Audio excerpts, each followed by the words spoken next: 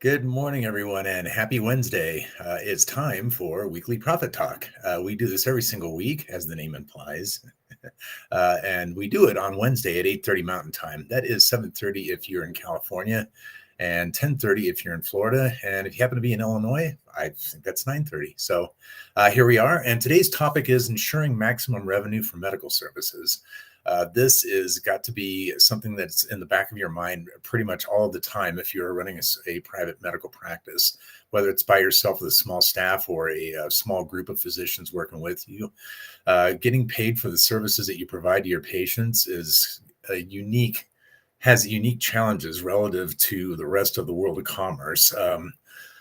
Let's go ahead. I'm going to just put this up here right now. So nobody has the kind of mess trying to get paid that medical doctors do. You've got multiple insurances and coordination of benefits going on, but even before any of that happens, you basically have to sit down and turn what you did for somebody into a bunch of codes, and they have to be accurate. If you get one digit wrong, or you name something incorrectly, or you misdiagnose somebody, your claims can get rejected. So you have unique challenges. There's no getting around that. And because of this, you really do need to have an eye on the best possible supporting staff. Now, there's no substitute for having good quality professional clinicians in your family. But your support staff has got to be 5-star as well. And we're talking about just top shelf administrative skills. Medical billing, which is basically turning those services into the codes and then turning the codes into, hopefully you're submitting these by ACH, the clearinghouse at this point, because if for insurances to be able to take a look at the things that you've done, you've got to provide that to them at the speed of digital technology, and ACH medical billing is key. So having a great biller on your staff can't be substituted. This is something I've got a little bit of familiarity with myself, having delved into that world some time back. Somebody's got to have an understanding of the various services that you provide. Now, one of the things that I'm thinking is that a lot of people are specialists. And so your CPT code list may be on just one piece of paper because you basically perform up to 10 or 20 specialized services for people. And that's great if that's the case. But making sure that you're keeping up to date with your CPT and your ICD-9 codes. Things change every year, and you know this. That's why we all have to do continuing education as to keep abreast of all that. So a strong medical biller is important. Making sure that your books are clean, and what I mean by this is that at a bare minimum, somebody should be coding all of your transactions and categorizing them monthly. Honestly, I believe that if you're not doing that on a weekly basis, you're going to fall behind. And also, you basically rob yourself of the opportunity to take a frequent auditory, if you will, glances at your books to see exactly how things are going. So full charge bookkeeping is basically reviewing and analyzing your transactions, calling them what they need to be on both sides of the T account, as we call it. T account simply, there's debit on one side, credit on, let me see. For the camera angle, this would be debit and this would be credit. The main defining difference between debit and credit is debit's on the left. So I can go into a whole accounting thing and lecture you on exactly how the accounting formula works, but suffice it to say that every single transaction that you do monetarily, whether in your personal or your business life, has two sides. For example, you buy a piece of equipment. On the debit side, you get the equipment. On the credit side, money goes down. Makes sense, right? So full charge bookkeeping on a frequent basis is, I believe, critical to knowing exactly what's going on with your business. And of course, you want to do the best possible tax preparation. Um, if you want to level up, as they say in the video game world, and get the secret code, Holistic Business Advisory, which is what we offer here, um, basically takes a look at the entire macrocosm of all of your fiscal responsibilities and situations and transactions, and not only provides done with you advice for your business, but also gives you the opportunity to scenario based or what if circumstances and micro forecast into the future for things such as major purchases or staff realignment. You may want to do something with that administrative arm of your business, and actually hire somebody with a specific skill sets, that sort of thing.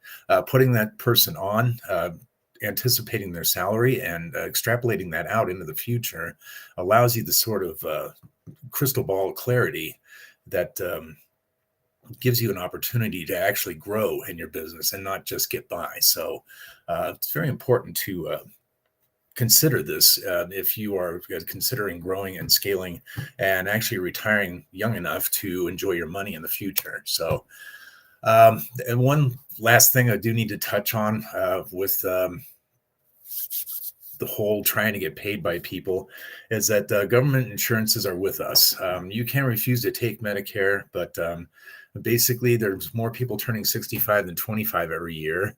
And you're shooting yourself in the foot if you refuse to see people over the age of 65. So basically, you may be able to not take Medicare and turn it down, but you're going to be in the vast minority of people, if you can say vast and minority together.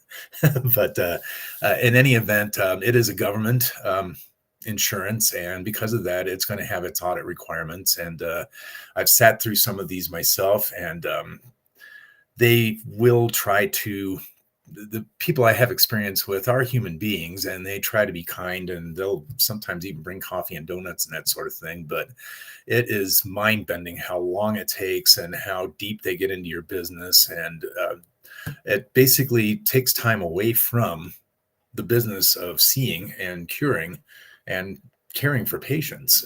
So there is no audit proof in any area of audit, be it tax or a medical record. But you can make yourself audit resilient simply by being as prepared as possible. And it gets back to that good administration. If you are doing all your paperwork and you have common sense filing systems, and you also have some sort of guide that provides you a where to analysis, particularly when you are storing things both digitally and in paper. And paper's a ugly reality of the medical business, unfortunately. We just can't get away from it. But being able to put your hands on what you need, I can't think of anything more powerful than that, honestly. And certainly will make these kind of things go quicker.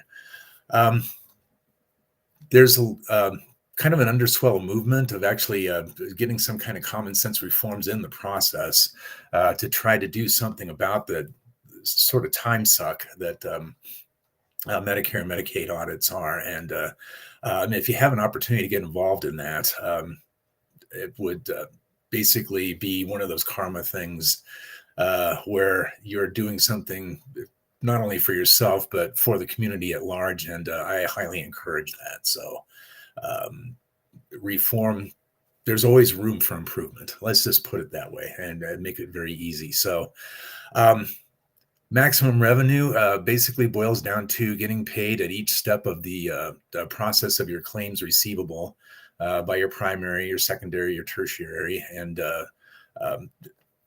keeping your paperwork straight to the best of your ability. And if you are at a point where you're comfortable, but you find yourself asking if you could do something more about the taxes that you're paying, or you could do something more about the growth that you want to see, or you could do something more about the cash flow that you have. You may have bottom line income, but the money's not there for some reason. partnering up with a accounting business advisor can be a very powerful move for you at this point. And let me leave this with a quick little plug, if you will, for the kind of the help that a good business advisor can be for you. You went to school for 10 to 11 years and you went through a residency and all that to basically learn your craft. Very little of that, I imagine, has anything to do with business acumen. I don't know any MDs personally at this point that also have an MBA. Why not, as if you burst a pipe in your house and you find your basement flooded, you're going to call a plumber. If you want to have potential mass growth in your business, a medical business advisor could be the smartest move you ever made. And we'd love to talk to you about it. So we're coming to you live from one of 3 different media outlets, or you may, of course, be seeing this on replay as well. We're on LinkedIn, of course, but also Facebook and YouTube. And any one of those has a comment section. Pop a comment in or just write to me at eric@owingsllc.com. And let's have a conversation about how we can make you and your practice wealthier. So with that, we hope you have an amazing rest of the day and an awesome rest of the week. Try to stay cool out there. I know the whole country's hot right now. And if you do have a chance, do something randomly kind for a stranger. With that, we will see you next Wednesday at 8:30 Mountain Time. So long.